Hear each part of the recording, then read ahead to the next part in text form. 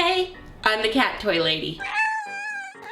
And today, if you couldn't tell, we're not in the normal place that I make my videos. I needed to be somewhere that I could make something that was tall. Today, I'm going to be making a cat tower using foam board, and if it goes as planned and doesn't just fall apart, then I will be adding scratchers to it. As you know, when I do a lot of my videos, I'm kind of winging it. This could be an ultimate fail, but I will show you what not to do, and I will use it for future videos to be able to come up with inexpensive ways to make your own cat trees at home. Yes, I could use wood, but that's been done. I want to try to make one that's inexpensive, and wood isn't always inexpensive, that your cat will love, that will actually hold up to your cat. Besides a cutting knife, my extra little tools today, my glue gun on low temp. This is a dual temp. Do not use hot glue when using foam board. It does not go well. Clear, thick packing tape, spray adhesive glue. You have to be really careful what glues that you use on foam board because it either melts them or puffs them up if you're not careful. And speaking of the spray glue, I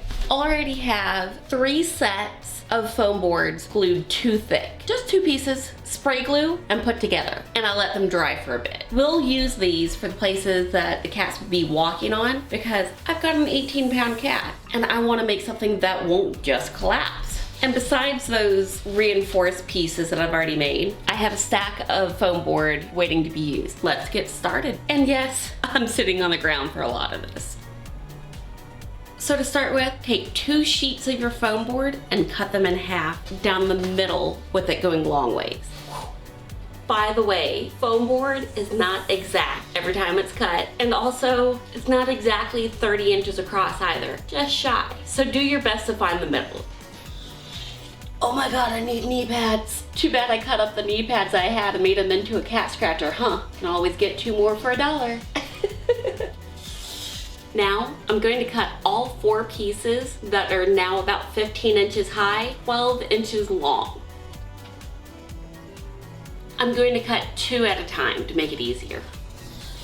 You're going to mark every 3 inches along the 12-inch side, on the top and the bottom. So 3, 6, 9. And what we're going to do is, using our ruler to line up the mark, we're going to cut through the top layer only of. Alright, I know you probably can't see it, but I lightly cut through the top layer, and now I'm going to pop the lines, making sure not to damage the backside. So you go.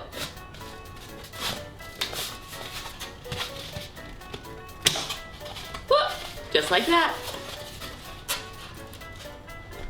That's what we're going for, is that square. This is going to become our supports for the cat tree. So do this again on the other 3 pieces. Now, to make it easy to connect it together into its square, flatten out the middle 2 pieces and take these 2 pieces and close them. You can kind of see how they open and close. So I'm going to run a piece of tape on the inside going down right here. That way when you close it, the tape will close the seam, just like that.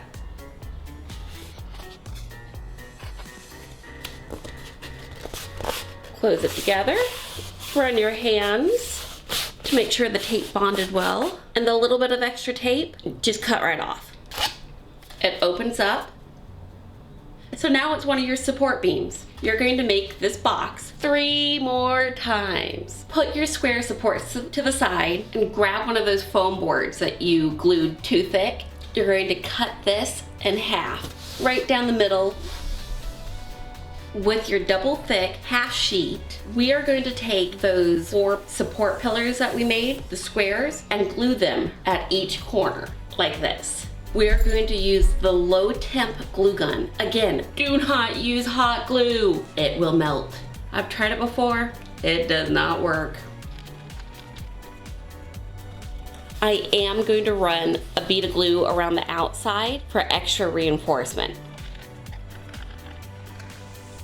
Put all 4 legs on and let it cool for about 5 minutes before you go on to the next step. So one of those double thick foam boards that you already glued together, you're going to keep it whole. It will be the very bottom level. I took the other half, that piece that we cut before, and lined it up in the middle so I could get a good estimate of where to line up the piece that we already made that has the supports. You can kind of see here, I gave myself markings to line up with. So now that this is cool, you're going to put glue on all 4 pieces again as quick as you can so it doesn't cool off, and put it on that board that you just marked up. So you can put it in the very center all the way around of your big piece of foam board. Remember, go quick.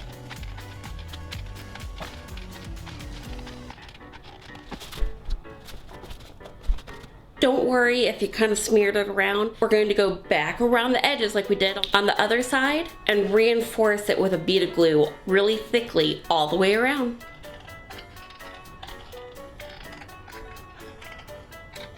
Okay, so I'm out of my studio. I'm trying to get you the best views possible. When this starts getting tall, my studio was not going to work. So bear with me on the lighting and everything else. So far, stability-wise, the first section's holding on really well. That's why we made the base so much bigger. What we're going to do for the second level is we are going to take our foam board. I'm going to measure the short side. I'm going to put that same length on one side of a piece of foam board and lightly score it like we did down here, only cutting through just the paper so I can make 2 of the walls. And then I'm going to repeat that again. What that's going to do, we'll say somewhere around right there, this foam is going to end. That's going to give a lip for your cat to jump on. And then the piece that is going to sit right here for the wall in front of this little edge, we're going to cut a hole. That way it's a hiding place for your cat to go into, and they have a landing spot to be able to jump onto.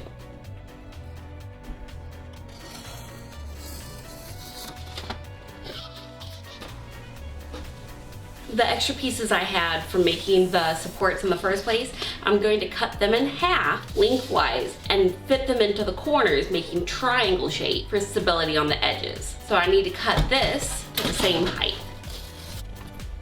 So we're going to do the same thing again on another piece. The extra pieces are now cut in half. So for the square that's going to be on top, the corners are not going to sit like they do with 2 exposed edges for the support pieces. Instead, they're going to sit flush, one meeting perfectly with the other, like that. And then glue them in place. I put the glue directly on the flat side along the edge instead of on that skinny area. That way I could put more glue to be able to have it come out both sides for extra hold. Go back in on the corner down here and run a big bead of glue along that seam.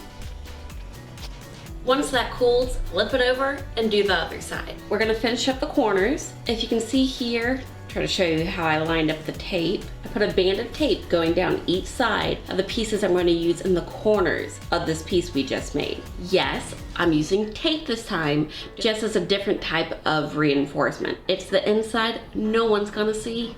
I am using the grid in here to keep things square so I can see that it is a square shape, and I'm just sliding this into the corner as far as I can go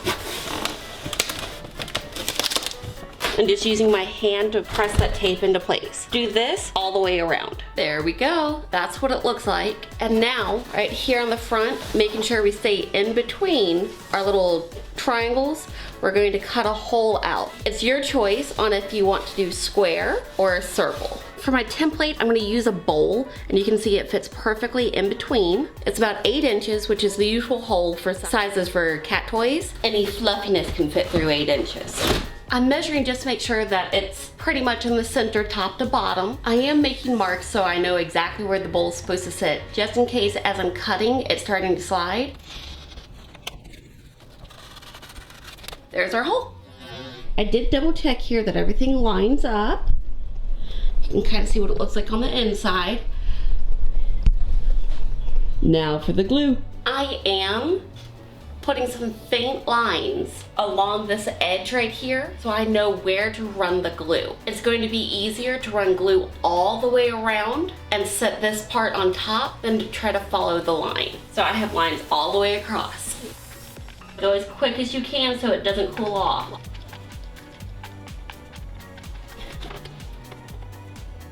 I'm gonna run glue along the inside too, and make sure that I get the seam along here really well and press it together. That way the middle doesn't sag. Do you remember that other half of the foam board that we used for this second level? We're going to use it now for the lid to this level. Just measure across and cut accurately, and then we'll glue that on too. I double checked that it fit. Now I'm going to run glue along this piece that makes the triangle on all four sides, and then glue on this piece around the edge.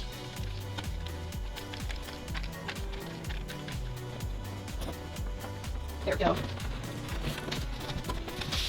So what I'm going to do now, I can't really easily show you. I'm going to flip this bad boy upside down and reinforce the glue that's on the inside along the seams and let it cool, and then we'll do our next level. This will work by itself. On the very top of my structure, I am going to put a bowl for the cats to be able to lay in. You could go ahead and put that on top here. I want to try adding a little more height for experimental sake. So I'm going to do a 12-inch high layer to go on top of this, and then my bowl. I'm going to do the structure just like on the very bottom, where I'm going to do 12-inch high supports. And my last sheet of reinforced, remember I said I made 3 reinforced sheets of double thick. I'm gonna cut it in half again and measure it to the same size and fit it on the very top. So I'm gonna make them exactly the same as I did at the beginning, but these will be 12 inches high.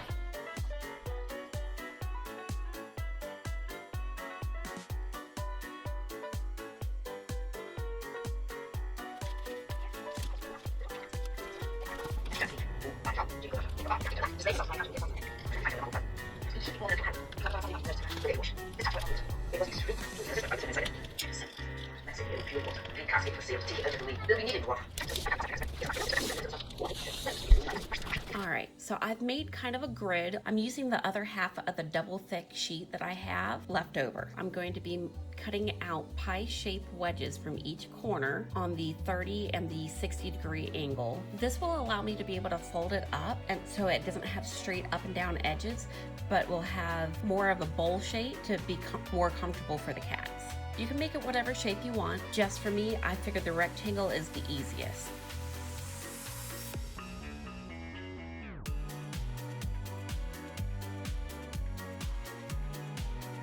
Because of it being a double layer, it's too thick to bend without making it come apart. So I'm going to just take out a sliver along the edge so it will fold up.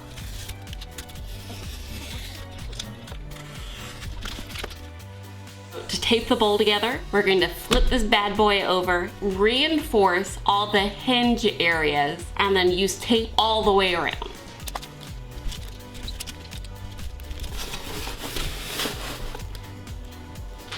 See how that meets together?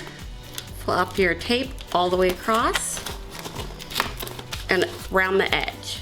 Once it pulls, it'll slide out. It won't stay that tight, so you'll end up with this.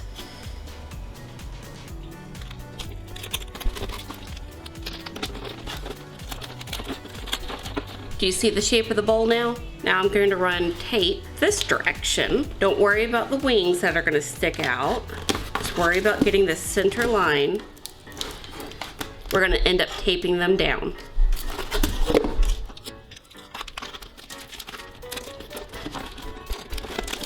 It's important to remember not to put tape in this area or your glue will not hold when you go to attach this to the top of your cat tree.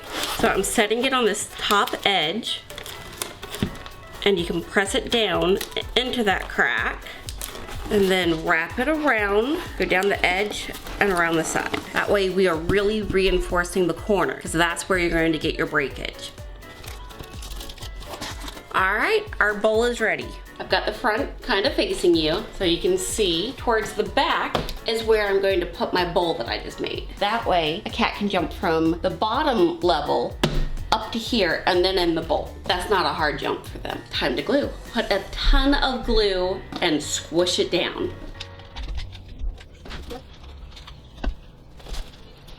It's done. I totaled it up. I spent $12 just in foam boards and around $2 in glue sticks. I'm going to test it out over the next week just to make sure if it's a fail or if it works. You can see it's actually, for a cat tree, fairly stable. It has a little wiggle to it, but honestly, they all do. I've had lots of different sizes. If this seems to work out well, I'm going to get contact paper that you can get for $1. It'll probably take about 4 rolls, and I'm going to cover it and make it look pretty. Or I might even just paint it. It is paper coated, so you can paint it in whatever color you want, or pattern or pictures. You can make each level a different theme. And I'm going to throw a blanket in the top of it because my cats are a bit spoiled, especially my big girl. So she likes blankets, and hopefully that will entice her to climb all the way to the top so I can see how it really holds up with her 18 pounds of goodness. I would love to hear what you think of this. If it's something that you want me to try to do even bigger or different shapes, different themes, I want to hear from you. Or if you think this won't really work, tell me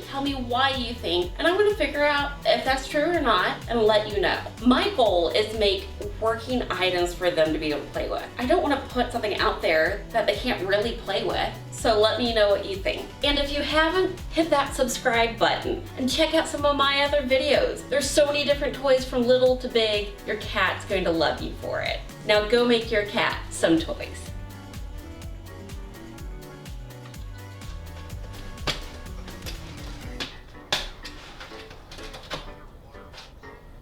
Cool.